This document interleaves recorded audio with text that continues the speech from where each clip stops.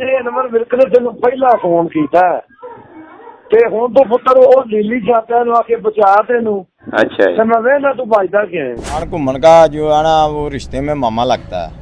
ये सारा कुछ इमरान घुमन करा रहा, धमकियां भी इमरान घुमन दे रहा है। इधारे अनवर विरक दा जिहदे कोलों धमकियां लवाइयां जांदियां कि अपने खुदा को कहो मुझे बचाए। पर्चा जे इस बंदे दे उत्ते आ उस बंदे कोलों इन्हां पैसे ला के ਉਹਦਾ ਪਰਚਾ ਖਾਰਜ ਕੀਤਾ लेकिन मेरे ते इन्हां झूठे ते बेबुनियाद पर्चे दिते ने।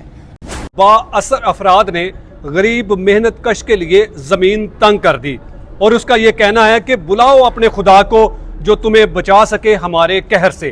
ये खुदाई दावे करने वाला कौन ऐसा बाअसर शख्स है जिसने इस मेहनत कश के लिए इसका जीना हराम कर दिया है? ये सारा मामला हम इन्हीं से जानते हैं। क्या नाम है भाई आपका? यासर महमूद। यासर बताओ क्या मामला है और कौन है ये बाअसर अफराद जिसने आपके लिए ज़मीन तंग कर दी है? ये सर वापटा मुलाजम ने जिहदे विच एक राणा जफर है, एक जावला ALM 2 विच इमरान घुमन है, STO सदाम शाह ने। ये जो धमकियाँ लगा रहा है ये शख्स कह रहा है बुलाओ अपने खुदा को। मैं देखता हूँ वो तुझे कैसे बचाता है मुझसे, बुलाओ। नाज़रीन आप इस खुदाई दावे करने वाले इस फरौन नमा शख्स की पहले ये ऑडियो सुने, फिर उसके बाद आपको मजीद इस कहानी पर बात करते हैं। वालेकुम जी। हाँ चोरी यासर जी जनाब। सुना तू इश्तिहारी होया? इश्तिहारी यही कहते हुए अवाम ने कर दिता, असी हो गए हैं। अच्छा अवाम में ला लेगा? हाँ जी फिर अवाम में पूरा आ जाएगा? अल्लाह करने वाला। अच्छा हाँ वो मालक है जेड़ा कुल कायनात दा। हाँ वो जेड़ा कुल कायनात दा वो मालक है। नहीं मैं क्या पूछना तेनू? ओ उत्ते बैठा लीली छत दा मालक। उत्ते बैठा जा उन्होंने आखी तेन बचा लवे, ठीक है? अच्छा एक पर्चा हो गया ना? हाँ एक पर्चा तेरे ते हो गया ना? कादा? वो फिर दसांगा। अच्छा जी। ते अजे नंबर मिलक ने तेन पहला फोन किया ते हुण तो पुत्तर वो लीली छापियां नु आके बचा तेनू। अच्छा जी। ते मैं वेला तू भाजदा क्या है? ठीक हो गया चीसा। ओ गल ते सुन। हाँ एक पर्चा तेरे ते होया ना? अच्छा तेरा को भैन दी खुदी आवा तेरा है ना हमेथी ਉਹਨੂੰ ਆਸਤੇ ਦੀ ਜ਼ਮਾਨਤ ਕਰਾਏ। अच्छा गरीब आदमी तो फुल पर भी अफसर ना लैन देन जो कहा सही है तू। हुण मेरी गल सुन लै। हाँ जी। पुलिस भी तेरे मगर, अच्छा ते प्राइवेट बंदे 5-6 तेरे मगर। ठीक है। ते तू किन्ना को भजेगा? है नहीं जोगा। हुण तू चारा कर लै ते तू बच के ना ते मैनू फोन करनी है, नंबर ही मेरा बस। अच्छा बिल्कुल आपने ये गुफ्तगू सुनी है, ये उस फरौन नमा शख्स की है जिसने इस गरीब शख्स के लिए इस ज़मीन को तंग कर दिया हुआ है और वो बड़े बड़े दावे कर रहा है। जिस तरह से आपने इस ऑडियो में सुना कि वो शख्स कहता है कि अगर तुम्हें कोई मेरे कहर से बचा सकता है तो बचने के बाद आपने मुझे फ़ोन करके बताना है। और ये इस तरह के जो खुदाई दावे करने वाला जो बाअसर शख्स है जिसकी तस्वीर आप देख रहे हैं, आखिरकार कौन है ये जो शख्स आपको धमकियां दे रहा है? ये कौन शख्स है? ये इन वापटा वाला इमरान घुमन का जो है ना वो रिश्ते में मामा लगता है।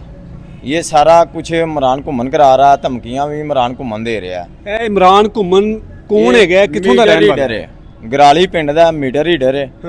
लेकिन ये चेयरमैनी दा इलेक्शन वापटा जे लड़दा ਉਹਦਾ ਇਹ ਨਜਾਇਜ਼ ਫਾਇਦਾ ਚੁੱਕਦਾ ਪਿਆ। ਮੀਟਰ ਰੀਡਰ ਐਡਾ ਬਾਅਸਰ ਹੋ ਸਕਦਾ ਹੈ? ਜੀ ਸਰ ਇਹ ਉਹਨਾਂ ਰਿਸ਼ਤੇਦਾਰ ਹੈ ਅਨਵਰ ਵਿਰਕ ਦਾ ਜਿਹਦੇ ਕੋਲੋਂ ਧਮਕੀਆਂ ਲਵਾਈਆਂ ਜਾਂਦੀਆਂ कि अपने खुदा को कहो मुझे बचाए। मैं देखता हूँ आपका खुदा आपको कैसे बचाता है हमारे कार से। मैं देखता हूँ मैंने प्राइवेट भी बंदे आपके पीछे 5-6 छोड़े हुए हैं। इसके अलावा पुलिस भी आपके पीछे है। इसके अलावा इन्हां 5 बंदियां दे कोलों मेरी जान नूं खतरा भी है। लिहाजा कि मैनू बहुत परेशान करते हैं। असल पर्चा जे इस बंदे दे उत्ते आ उस बंदे कोलों इन्हां पैसे ला के ਉਹਦਾ पर्चा खारज किया लेकिन मेरे ते इन्हां झूठे ते बेबुनियाद पर्चे दिते ने। ਤੁਸੀਂ ਕੀ ਕੰਮ ਕਰਦੇ ਸੀ? ਕਿਹੜਾ ਐਸਾ ਗੁਨਾਹ ਕਰ ਦਿੱਤਾ ਸੀ ਕਿ ਐਡਾ ਤੁਹਾਡਾ ਜੀਣਾ ਹਰਾਮ ਕੀਤਾ ਹੋਇਆ ਹੈ? मैं जनाब बिजली के ट्रांसफार्मर बनाना सा। ਤੁਸੀਂ ਸਰਕਾਰੀ ਮੁਲਾਜ਼ਮ ਹੋ? प्राइवेट हाँ सर। ਅੱਛਾ। अरसा दराज तो इन्हां दा काम कर रहे हैं 9 साल तो। ਹੁਣ ਇਹਨਾਂ ਦੇ ਨਾਲ ਆਣ ਕੇ ਥੋੜਾ ਜਿਹਾ ਮਸਲਾ ਬਣਿਆ ਹੀ ਆਂਦੇ ਕੰਮ ਕਰ। ਮੈਂ ਕਿਹਾ ਜਨਾਬ ਮੇਰੇ ਕੋਲ ਕੰਮ ਨਹੀਂ ਹੁੰਦਾ। ਮੈਂ 10ਵੇਂ ਮਹੀਨੇ ਦਾ ਕੰਮ ਇਹਨਾਂ ਦਾ ਛੱਡ ਕੇ ਤੇ ਪਿੰਡ ਆ ਗਿਆ। ਅੱਛਾ। ਦੂਸਰੇ ਮਹੀਨੇ ਦੀ 18 ਤਰੀਕ ਦੇ ਇਹਨਾਂ ਮੇਰੇ ਤੇ 462 ਹਮ ਦਾ ਪਰਚਾ ਦਿੱਤਾ। ਠੀਕ ਹੈ। ਉਹਦੀ ਸਰ ਮੈਂ ਜ਼ਮਾਨਤ 22 ਰੋਜ਼ੇ ਕਰਾਈ ਹੈ। 23 ਰੋਜ਼ੇ ਇਹਨਾਂ ਮੇਰੇ ਤੇ ਤਾਰਾਂ ਚੋਰੀ ਦਾ ਪਰਚਾ ਝੂਠਾ ਤੇ ਬੇਬੁਨਿਆਦ ਦਿੱਤਾ। ਤੁਹਾਡੇ ਤੇ ਇਹ ਝੂਠੇ ਮੁਕੱਦਮੇ ਦਰਜ ਕਰਵਾਉਣ ਦੀ ਵਜ੍ਹਾ ਕੀ ਸੀ?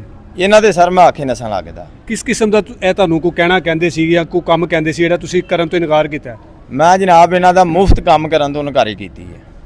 ਬਿਜਲੀ ਦਾ ਕੋਈ ਮੁਫਤ ਕੰਮ ਕਹਿੰਦੇ ਸੀ? ਹਾਂਜੀ, ਬਿਜਲੀ ਦਾ, ਤਾਰਾਂ ਦਾ, ਮਤਲਬ ਕਿ ਖਿੱਚਣੀਆਂ ਹਾਂ ਜਾਂ ਵਲੇ ਲਾਣੇ ਜਾਂ ਦੂਜਾ ਜਾ ਕੇ ਤੇ ਜਿਹੜਾ ਸਰ ਪਿੰਡਾਂ ਦੇ ਕੋਈ ਜੀਂਪਰ ਛੱਡਦਾ ਜਾਂ ਕੋਈ ਕਿਸੇ ਦੀ ਘਰ ਦੀ ਕੰਪਲੇਨ ਹੈ ਉਹ ਤੋਂ ਮੈਂ ਜਨਾਬ ਇਹਨਾਂ ਨੂੰ ਜਵਾਬ ਦਿੱਤਾ ਸੀ। ਇਹ ਕਿੱਥੋਂ ਦੇ ਰਹਿਣ ਵਾਲੇ ਸੀ ਜਿਹੜਾ ਬੰਦਾ ਖੁਦਾਈ ਦਾਅਵੇ ਕਰਦਾ ਪਿਆ ਹੈ, ਜਿਹੜਾ ਤੁਹਾਨੂੰ ਧਮਕੀਆਂ ਲਗਾ ਰਿਹਾ ਹੈ? ਇਹ ਕੌਣ ਹੈ ਤੇ ਕਿੱਥੋਂ ਦਾ ਹੈ ਤੇ ਇਹਦਾ ਇਸ ਮਹਿਕਮੇ ਦੇ ਨਾਲ ਕੀ ਤਾਲੁਕ ਹੈਗਾ? ਇਹ ਜਨਾਬ ਸਮਝ ਲਓ ਕਿ ਜਿਵੇਂ ਇੱਕ ਬੰਦੇ ਨੂੰ ਆਂਦੇ ਨੇ ਨਾ ਕਿ ਚਿਮਚਾਗਰੀ ਹੈ, ਇਹ ਮੁਲਾਜ਼ਮ ਉਹਦੇ ਕੋਲ ਜਾ ਕੇ ਬੈਂਦੇ ਨੇ ਬਾ ਅਕਸਰ ਸਰੀਆ ਦੇ ਬਾ ਸਿਰਫ।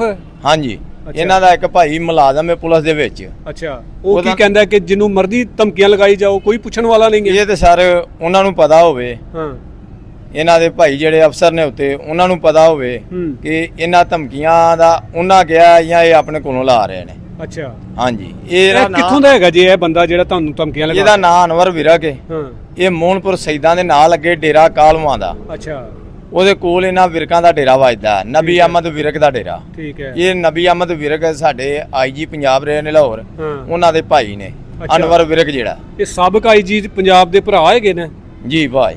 ਤੇ ਹੁਣ ਉਹਨਾਂ ਨੂੰ ਇਹ ਇਖਤਿਆਰ ਮਿਲ ਗਿਆ ਕਿ ਤੁਸੀਂ ਜਿਹਨੂੰ ਮਰਜ਼ੀ ਮਾਰ ਦਿਓ, ਜਿਹਦੇ ਮਰਜ਼ੀ ਧਮਕੀਆਂ ਲਗਾਈ ਜਾਓ, ਤੁਹਾਨੂੰ ਕੋਈ ਪੁੱਛਣ ਵਾਲਾ ਹੀ ਨਹੀਂ। ਦੇਖੋ ਵੀਡੀਓ ਕੋਲ ਹੈ, ਸਾਰਾ ਕੁਝ ਕੋਲ ਹੈ। ਉਹਨੇ ਕਹੀ ਆਪਣੇ ਖੁਦਾ ਨੂੰ ਕੋ ਬਚਾ ਸਕਦਾ ਤੇ ਬਚਾ ਲੇ। ਅੱਛਾ, ਪ੍ਰਾਈਵੇਟ ਬੰਦੇ ਵੀ ਤੇਰੇ ਮਗਰ ਨੇ, ਪੁਲਿਸ ਵੀ ਤੇਰੇ ਮਗਰ ਹੈ ਤੇ ਪਰਚਾ ਵੀ ਤੇਰੇ ਤੇ ਹੋ ਗਿਆ। ਇਹ ਕਿੰਨੀ ਦੇਰ ਪਹਿਲੇ ਤੁਹਾਨੂੰ ਧਮਕੀਆਂ ਲਗਾਈਆਂ ਸੀ?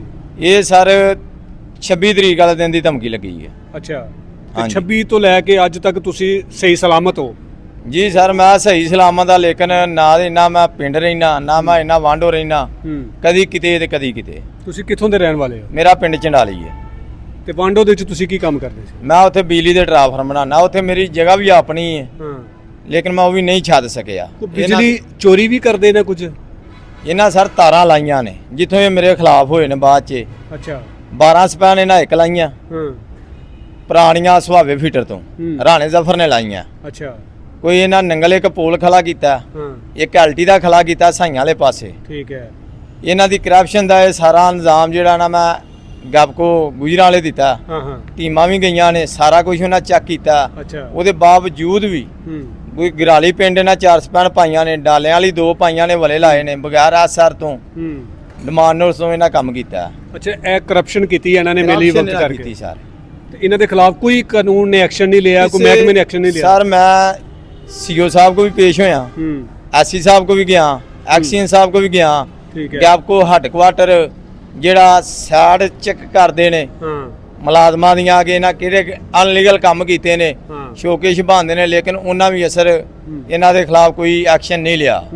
ਤੇ ਇਹ ਜਿਹੜਾ ਅਨਵਰ ਵਿਰਕ ਹੈ ਜਿਹਨੇ ਤੁਹਾਨੂੰ ਧਮਕੀਆਂ ਲਗਾਈਆਂ ਨੇ, ਹਾਂਜੀ, ਇਹ ਜਦੋਂ ਮਹਿਕਮੇ ਦਾ ਬੰਦਾ ਹੀ ਨਹੀਂ ਹੈ ਤੇ ਫਿਰ ਤੁਹਾਨੂੰ ਕਿਉਂ ਧਮਕੀਆਂ ਲਗਾਈਆਂ ਨੇ ਇਹਨੇ? ਇਹ ਸਰ ਇਹਨਾਂ ਮਹਿਕਮੇ ਵਾਲਿਆਂ ਦੇ ਥਰੂ ਧਮਕੀਆਂ ਲੱਗੀਆਂ।